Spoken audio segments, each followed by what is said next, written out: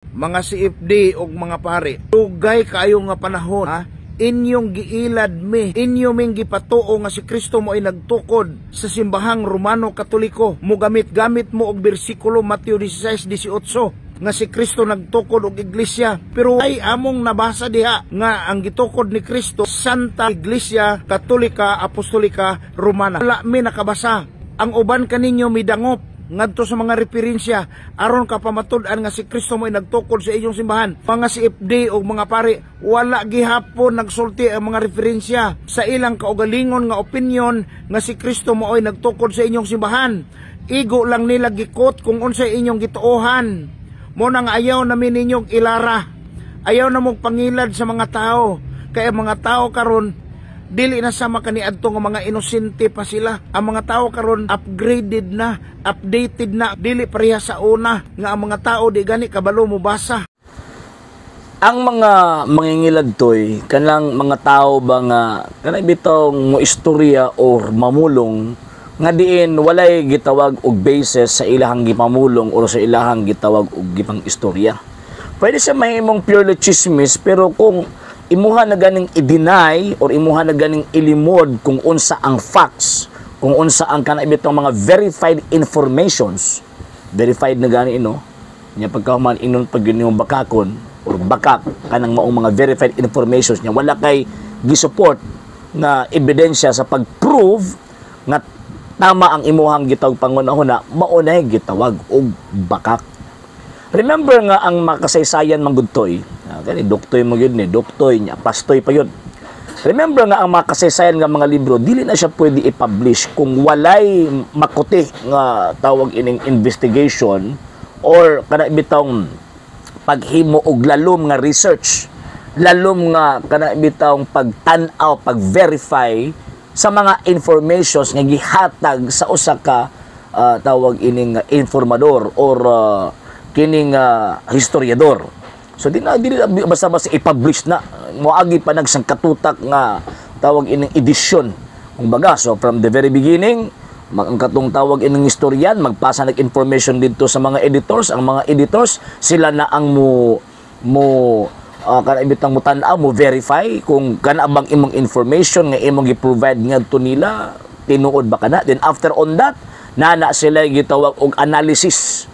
Mag-analyze ng kanabitang group of experts concerning of that field. For example, history, religious history. So pagkahuman na after the analyzation, after the tawag ining compilation sa tanang gitawag mga ebidensya nga gi-provide sa mga pros o kining gitawag og mga cons, so diha na sila mag-decide kung kini bang statement, kini bang information i-publish ba o dili.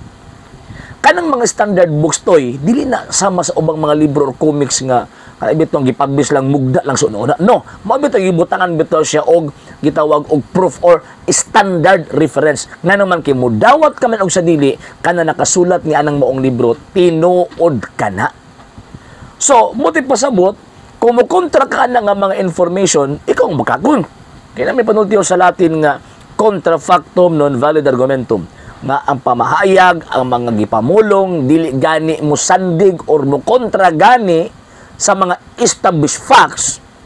So kanang maong gitawag og pamahayaga, kana nga mao nga istorya bakak na binutbot sama sa imuhang gipamulong karon. Binutbot na. Nga naman na may standing facts. Nagsuti particularly Encyclopedia International. For example, the New Book of Knowledge. Pagkaulaw ka na sila og publish og information nga bakak di ay na or purely opinion sama sa inyong tawag anong pangunahuna.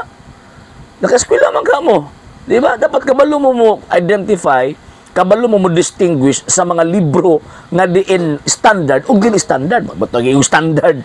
Nga naman kay, but pasabot generally accepted truth. Buti pasabot kung unsa gisulatan nga libro, modawat ka man og sa dili, ma-Muslim, ma-Kristiyano, mo-pagano ka man, modawat ka man og sa dili, facts na tinuod nang nasuwat diha. So kanang gingon mo gidungag-dungag, ang Katoliko mo tawag ini nag-create. Ang Katoliko siya ang nag-provide sa content, sa information. Pagkahuman, imposible man i-publish na kung walay tawag ining verification. So kung wala dili na verified ang information na din na Tumblr nga nag-publish ang chismis, kung nag-publish ang chismis, so dapat din dawaton sa mga universidad. Dili dawaton sa mga dagko nga mga eskwelahan ang nagtudlo edukasyon. Ngano man kay naman di ay gibutang ana nga information nga chismis. Di ba? Pero dafa ka nabutang sa mga dagkong universidad, nabutang sa mga dagko nga mga tulunghaan nga nagtudlo edukasyon, so therefore ang nasuwat diha tinuod. Nakakato ng mga bataan na og binutbot kong tawag ining bakak ng nasulat sa mga historical books. Second point. Ang pagpangilad to'y kana bitawng gubaon nimo kung unsang naa sa ebidensya. Nya pagkahuman ang imong iparang lang imong opinion. Ang imo lang kung kana bitong biased opinion ba. Unsa may basis sa imuhang tawag ining gisulti nga mali nang gisulti sa mga historical books. Bisan gani potos buwan wa ka gi-present. So buti pasabot kung ato ang tawag ining una-unaon facts versus opinion. Kamatuuran versus chismis or versus imagination. Imagination mo ng inyo. Imagination man na kaningon mo ang simbahang Katoliko di katulad ng Kristo. Imagination ninyo na ang mga facts nagsulti na kanang St. Matthew chapter 16 verse 18 ang simbahang Katoliko na. So, kung mogamit ang Katoliko o St. Matthew chapter 16 verse 18, mga defensor Katoliko anang sitasa, mogamit ana. Yang may mga Katoliko na ebidensya nga nag-support sa amuhang claim. Nag-support sa amuhang argument na kanang St. Matthew chapter 16 verse 18 mo ng simbahang Katoliko nga naman kay na ay mga verified informations nga natala sa mga standard books nga kanang St. Matthew chapter 16 verse 18 tinuod ka na nga mao ang Romano Katolikong Iglesia. So kami ang tawag ining nangilad din mag-provide kag ebidensya. Imo ang i-contest ang tawag ining magkana nga mga libro. Pero problema, di ba? Doktoy man ka. Doktoy or pastoy man siguro, di ba? Pastoy or doktoy. Dapat, di ba? Kung doktoy ka na, credibility to contest that information. Pero anong magkagahimo ana?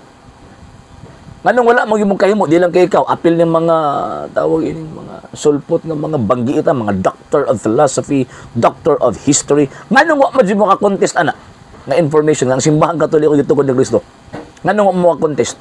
Nganong diri mo sa social media nagsignak-ngak, nagsigi og yaw-yaw, nagsigi og tawag ng pasiatab nga mali na nakasulat sa standard reference. Nganong wa man jud mo ka-correct, nganong wa man jud mo ka-contest ana nga para mausab ng information ug matulid kung baka mang tinuod na para matulid ang information nga masayran sa gitawag tao. Nganong wala man mo kahimo nga mo contesta na. Nganong wala mo naka-complain. Nganong wala mo gihimo nga position letter against dito sa gitawag publisher sa pag-contest anang information nga di tinuod na. So nganong wala man? Ngano man kay kanang inyong pagsupak mugna lang na sa inyong damgo. Mugna lang na sa napas mo ninyong panguna-huna. Ikatog na to, ikaligo na. Kainit na simong lawas. Sa hindi pa po nakapag-follow sa mga pages po natin, i-follow nyo po yung mga pages po natin. RJ Horolanciano II, TV Apolia Punto Argumento page, Kuya Apologies TV page, and RJ's Vlog 2022.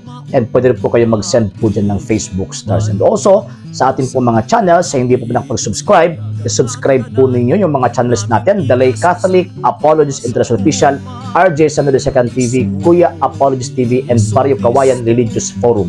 And pwede rin po kayo mag-send po dyan ng super sticker, super chats, and super thanks. And maraming salamat po sa mga kapatid at mga Katoliko na ulis pong tumutulong sa programa po natin.